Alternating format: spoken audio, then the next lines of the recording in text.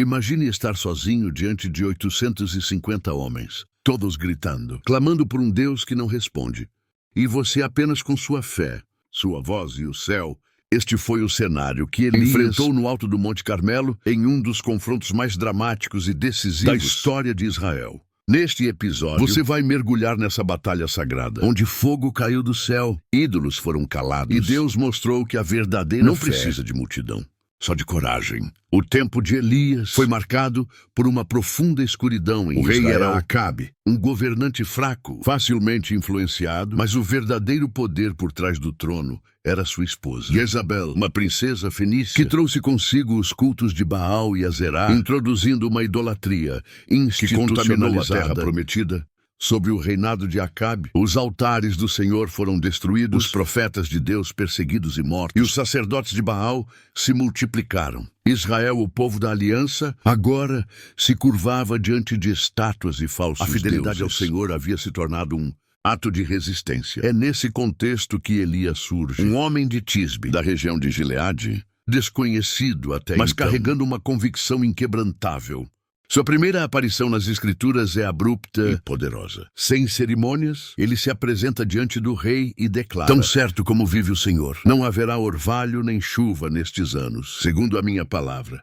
Com essa frase, Elias inicia uma crise que colocaria Israel de joelhos por 3 anos. O céu se fecha, o solo seca, os rios somem, a fome consome a nação.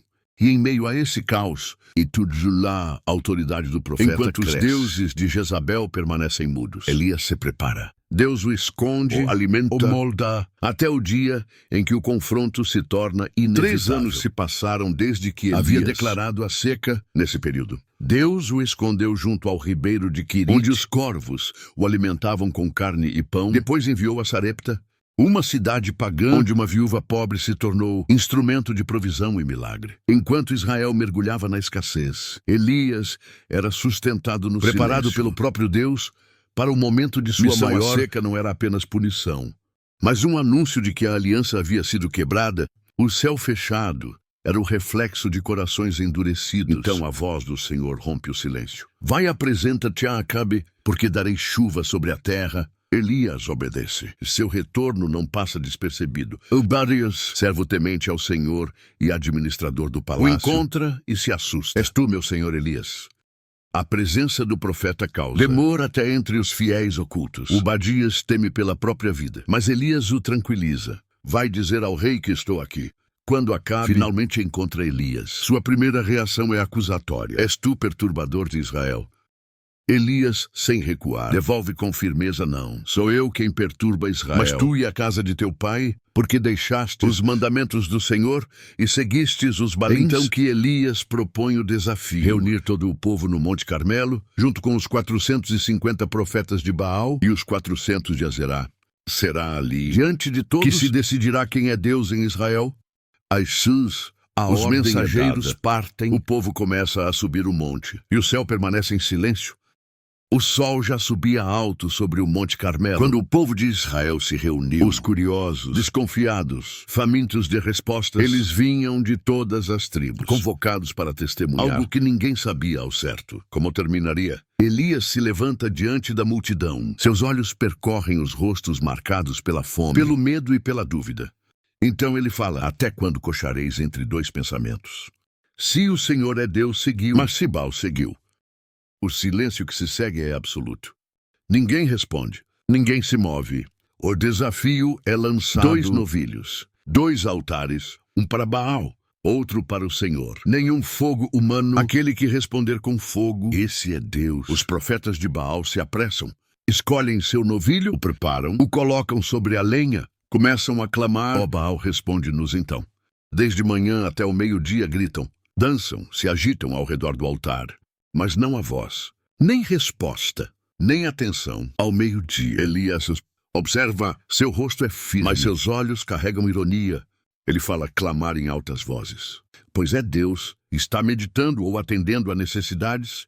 Talvez esteja viajando ou dormindo e despertará provocados. Os profetas se ferem com lâminas. O sangue escorre, os gritos aumentam. Mas a resposta não vem. A tarde cai, e com ela o desespero dos que adoram o vazio. Então Elias chama o povo, todos se aproximam. Ele restaura o altar do Senhor que estava em ruínas. Usa 12 pedras, uma para cada tribo de Israel, como que dizendo, vocês pertencem a Deus, e ele ainda os chama pelo nome. Cava uma valeta ao redor, coloca a lenha, prepara o novilho e manda encher jarras de água. 4 depois, mais 4 e mais 4, 12 jarras no total. O altar fica encharcado, a água escorre, molha tudo, e então ele as ora, sem gritar, sem se cortar, sem gestos exagerados. Apenas uma oração simples, mas cheia de fé. Ó Senhor, Deus de Abraão, de Isaque e de Israel, manifesta hoje que tu és Deus em Israel e que eu sou teu servo, e que conforme a tua palavra fiz todas estas coisas. E antes que o último eco da oração se perca no vento, o fogo desce, uma chama viva, incandescente, vinda do céu, consome o sacrifício, a lenha, as pedras, a água, tudo. Não há como negar. Deus respondeu. Diante do fogo que caiu do céu, não restou espaço para dúvidas, nem para desculpas. O povo, até então dividido e silencioso, caiu com o rosto em terra, e de todos os lados ecoava o mesmo clamor. O Senhor é Deus! O Senhor é Deus! As palavras de Elias haviam sido confirmadas. O altar restaurado, o fogo descido e a idolatria desmascarada. O Deus de Israel falará, e sua resposta fora total. Não apenas consumiu o sacrifício, mas queimou as últimas resistências nos corações do povo. Elias não hesita. Ele ordena, prende, e os profetas de Baal, que nenhum escape. O povo obedece. Aqueles que haviam enganado a nação, alimentado a idolatria e profanado agora são levados ao ribeiro de Quizom. E ali são executados. Essa ação não é apenas justiça, é restauração. Elias está limpando o altar espiritual de Israel, eliminando os falsos sacerdotes, para que o povo possa voltar, se ao Deus sem verdadeiro, interferências. Acabe presencia tudo. Não diz uma palavra. O rei que cedeu à idolatria agora assiste em silêncio à queda de seu sistema. Mas Elias ainda não terminou. Ele vira-se para o rei e declara, sobe, come e bebe, porque já se ouve o ruído de uma abundante chuva. Depois de 3 anos de seca, o profeta que orou por fogo agora se prepara para orar por água. O monte ainda estava em silêncio. Não havia nuvens, nem vento, nem sinais no céu. Mas Elias sabia, a palavra já havia sido liberada. Agora era hora de orar. Enquanto Acabe voltava para comer e beber, Elias subia mais ao cume do Monte Carmelo. A multidão se dispersava, mas o profeta permanecia ali, curvado até o chão, com o rosto entre os joelhos, em oração fervorosa. Ele manda seu servo olhar para o horizonte. Nada, 1 vez, 2, 3, 7 vezes. Sempre a mesma resposta. O céu continua limpo, mas Elias não desiste. Na 7ª vez, o servo retorna com uma nova resposta. Eis que se levanta do mar uma nuvem pequena, como a palma da mão de um homem. Isso basta. Elias se levanta e diz, sobe e diz, e Acabe, prepara o teu carro e desce, para que a chuva não te detenha. E então os ventos sopram. O céu escurece e a chuva desce sobre a terra seca, como um sinal da restauração de Deus para seu povo. Mas Elias não vai embora ainda. O Espírito do Senhor vem sobre ele, e o profeta corre adiante do carro de Acabe. Até a entrada de Gisele é uma cena marcante. O homem de Deus sozinho à frente do rei, como que anunciando uma nova era. Porém, apesar do fogo e da chuva, nem tudo está resolvido. Isabel, a rainha, ao saber do que aconteceu, envia um recado mortal a Elias. E assim, mesmo após a maior demonstração de poder de Deus, o profeta volta a ser perseguido. A missão cumpriu seu objetivo, mas o coração da liderança ainda resistia. Elias não foi um profeta de discursos suaves, nem de caminhos diplomáticos. Sua mensagem era direta, incômoda, absoluta. Em um tempo de concessões e secretismos, ele chamou Israel de volta à pureza da aliança. Não havia espaço para 2 deuses, 2 verdades, 2 senhores. Se o Senhor é Deus, seguiu. Essa é a essência do chamado de Elias. Um convite e, ao mesmo tempo, uma cobrança para que o povo decidisse.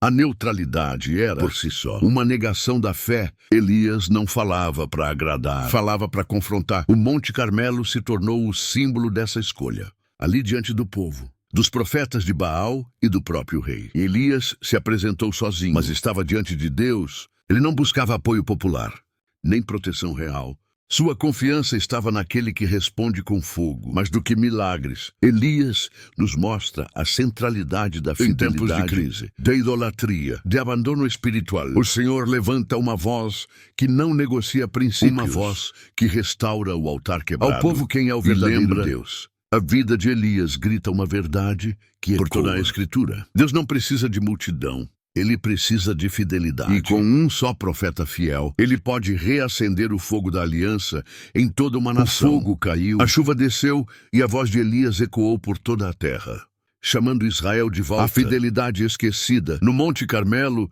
não se tratava apenas de um milagre, mas de uma convocação. O Senhor é Deus e não há outro. Elias permanece como um marco entre os profetas, um homem comum, mas revestido de uma ousadia, que não se dobrava diante de reis, multidões ou ameaças.